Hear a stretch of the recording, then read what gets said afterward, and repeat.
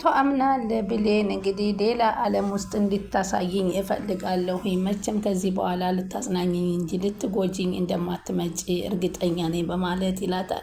አንተ ሌላ ህይወት፣ አዲስ ህይወት ስለመረጥክ ወደ አዲስ ህይወትህ መሄድ ትችላለህ በማለት ስትመልስለት ይህንን ያደረግኩት እልህ ይዞኝ እንጂ በፍጹም ምርጫ ሆኖ አይደለም፣ ለዚህ ተጠያቂዋም አንቺ ነሽ በማለት ሲላት እሺ በቃ እኔ ከሆንኩኝ በማለት እንግዲህ አንድ ቦታ ጸጥ ያለ ራሳቸውን ማዳመጥ የሚችሉበት ቦታ እንዲወስዳት ምርጫዋን ስትነግረው እሱም ፈቃደኛ ሆነ።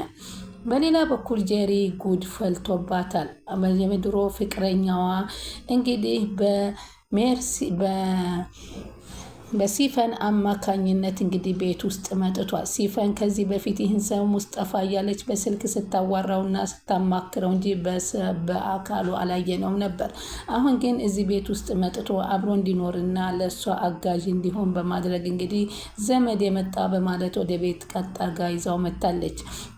በዚህን ጊዜ ግን ጄሪን ያየ ጊዜ ጄሪ ሙስጠፋ በመባባል ነበር የተደነጋገጡት።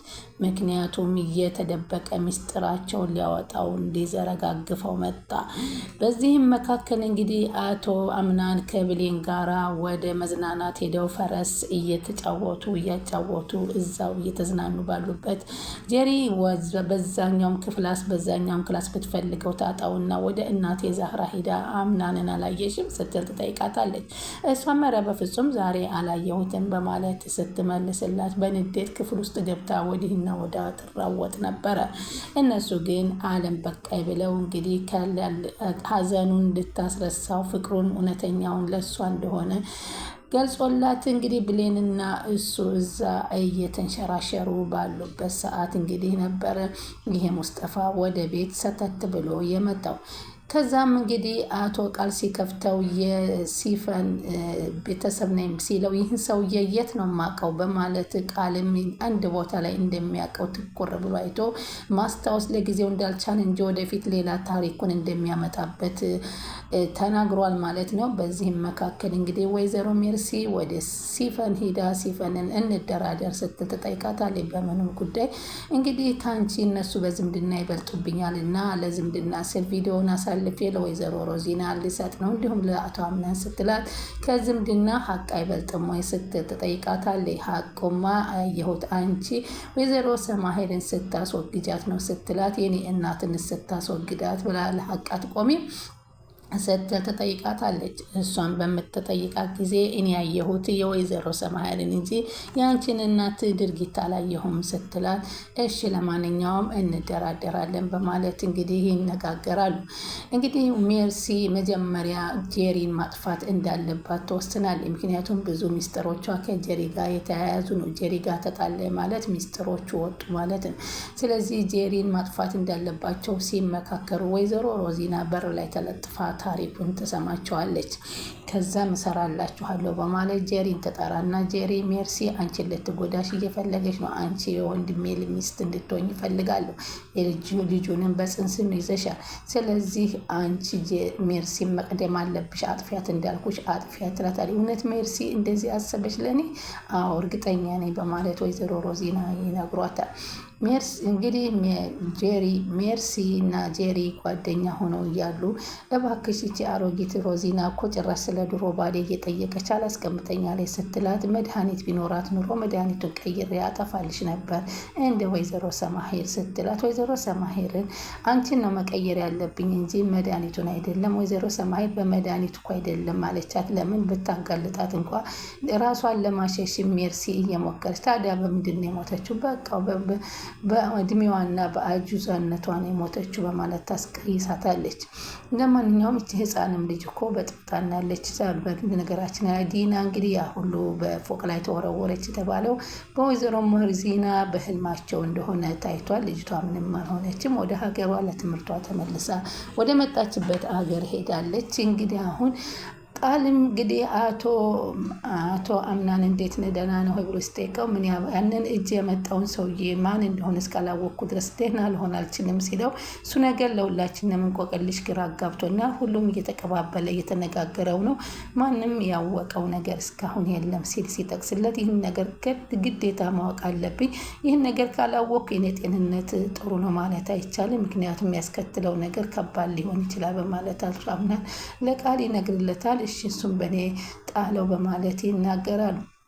አሁን ጄሪ ከባድ ውስብስብ የመጣባት ይሄ ሙስጠፋ ማን ነው የሚለው ነው።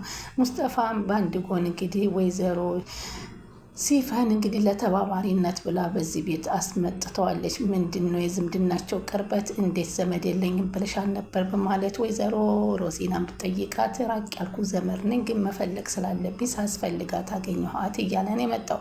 ሆኖም ግን እሱ የቅርብ አማካሪዋና አንድ የቤተሰቦቿ አካል እንደሚሆን ወደፊት የምናየው ነገር ነው።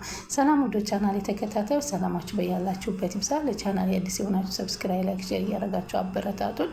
እንግዲህ ዲር ቀጣይ ፓርቲ ዘመተናል። በዚህ ፓርቲ እንግዲህ በጣም የሚያሳዝንም የሚያስደስትም ነገሮች አሉበት። የሚያስደስተው የአቶ አምናንና የብሌን አንድ ጥምረት መሆንና እንደ አዲስ መጣመራቸው ደስ የሚል ነገር ሆኖ ያለ የወይዘሮ ሰፊና ደግሞ ሲፈን ደግሞ አዲስ በዛ ቤት ውስጥ ከወይዘሮ ሜርሲን ለማጥፋት እቅድ ይዛ እንዳለች የሚያሳይና እንዲሁም ወይዘሮ ሮዚና ደግሞ ሲፈንን ጄሪን ቅድመሽ ሜርሲን አጥፊልኝ የሚለው ፕሮግራም የተያዘበት እንዲሁም ደግሞ ጄሪ ሳታስበው አቶ ሙስጠፋ እንዴት በዚህ ቤት ውስጥ መጣ የሚለው አስደንጋጭ ነገር ነው የምናይበት።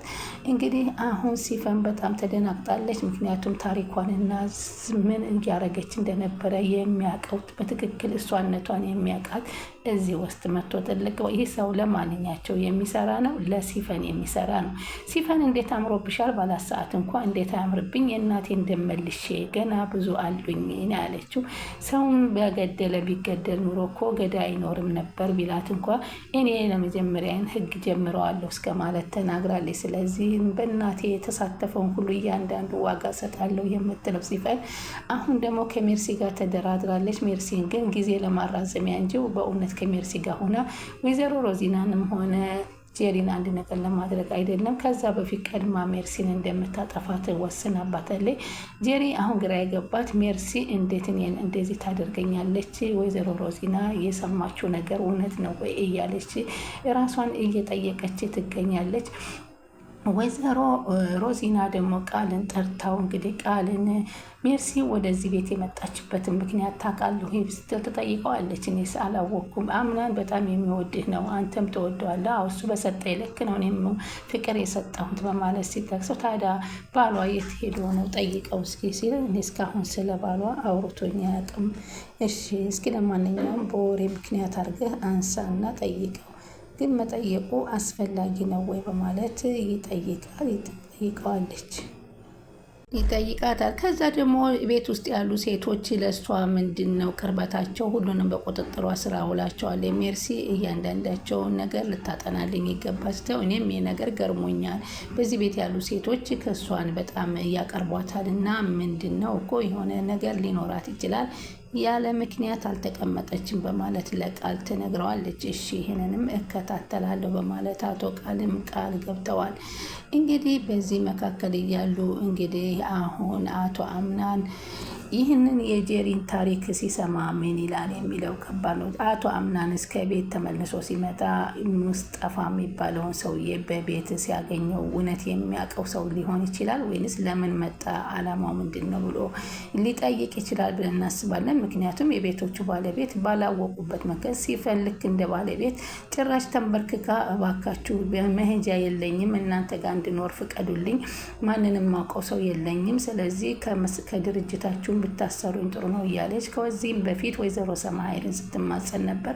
አሁንም ወይዘሮ ሮዚናን ከመጣች ጀምሮ ተጎንብሳ የተማጸነችው ሴትዮ ዛሬ እሷ አዛዥና ፈራጅ ሁና ይህንን ሰውዬ ቀጥ አድርጋ ማምጣቷ ምን ይባላል?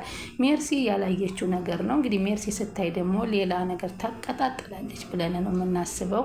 ለሰዓቱ ግን ሰውየው ገብቷል። ይህንን የገባው ሰውዬ እያንዳንዱን ሰው ቀድሜ ዝምድና ያለውን በዚህ ቤቱ ነዋሪውን ሰው እስከማውቀው ቸኩያለሁ በማለት ነበረ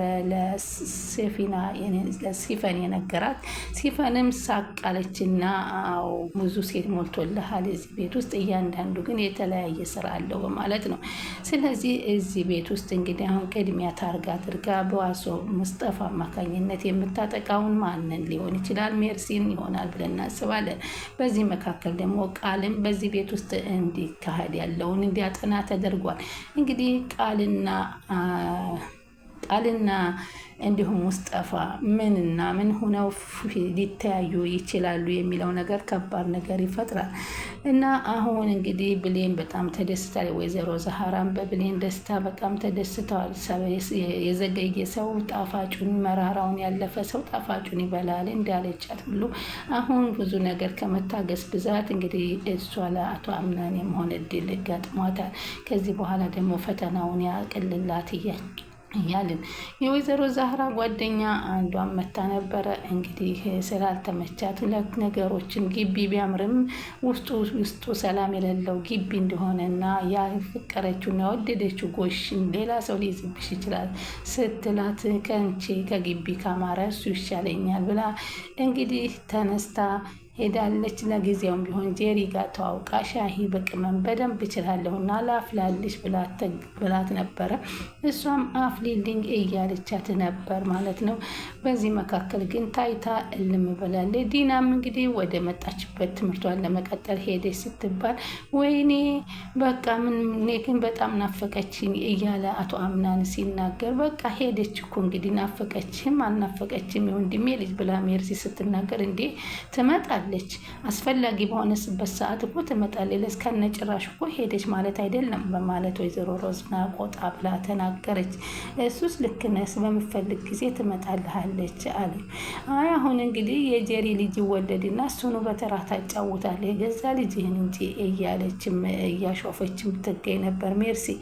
እንግዲህ ውድ ተመልካቾቼ አቶ አምናን እንግዲህ በዙሪያውን በተከበበው በሁለት የተገሰሙ ሰዎች ነው በራሱ በሆኑ ሰዎች እና ከራሱ ጀርባ በሆኑ ሰዎች የማንኛቸው እድል ገጥሞት ይሳካል የሚለው ነገር አሳሳቢ ነው። ነገሮቹ እየጠነከሩ እየሄዱ ነው። ሜርሲ በዛ ቤት ለመጀመሪያ ታርጋ ተደርጋ ከጠፋች እንግዲህ የሲፈን አላማ ይሳካላታል ማለት ነው። ሲፈን ከተጋለጠች ደግሞ ሜርሲና ሲፈን መጋለጥ አለባቸው። ምክንያቱም ለአቶ አድናን እና ለብሌን ጤንነት ሲባል አሁን እንግዲህ ጄሪ በዚህ ሰውዬ ላይ ሚስጥሯ ተዘርግፎ የእሷ የመጨረሻዋ እድሏ ሊሆን ይችላል እናስባለን። ወይዘሮ ሮዚና ሁሉንም በጥንቃቄ እያካሄዱት ይገኛሉ። ግን እሳቸውን ለመጉዳትም እያሰበች ትገኛለች። ሲፈጠንቀቅ በልች እንደዛች አይደለችም በማለትም ለአቶ ለመጣው ለሱልጣን ነው ሙስጠፋ ላለችውም አስጠነቅቀዋለች ማለት ነው። ስለምትከታተሉኝ ከልብ አመሰግናለሁ። ላይክ ሼር እያደረጋችሁ አበረታቱ።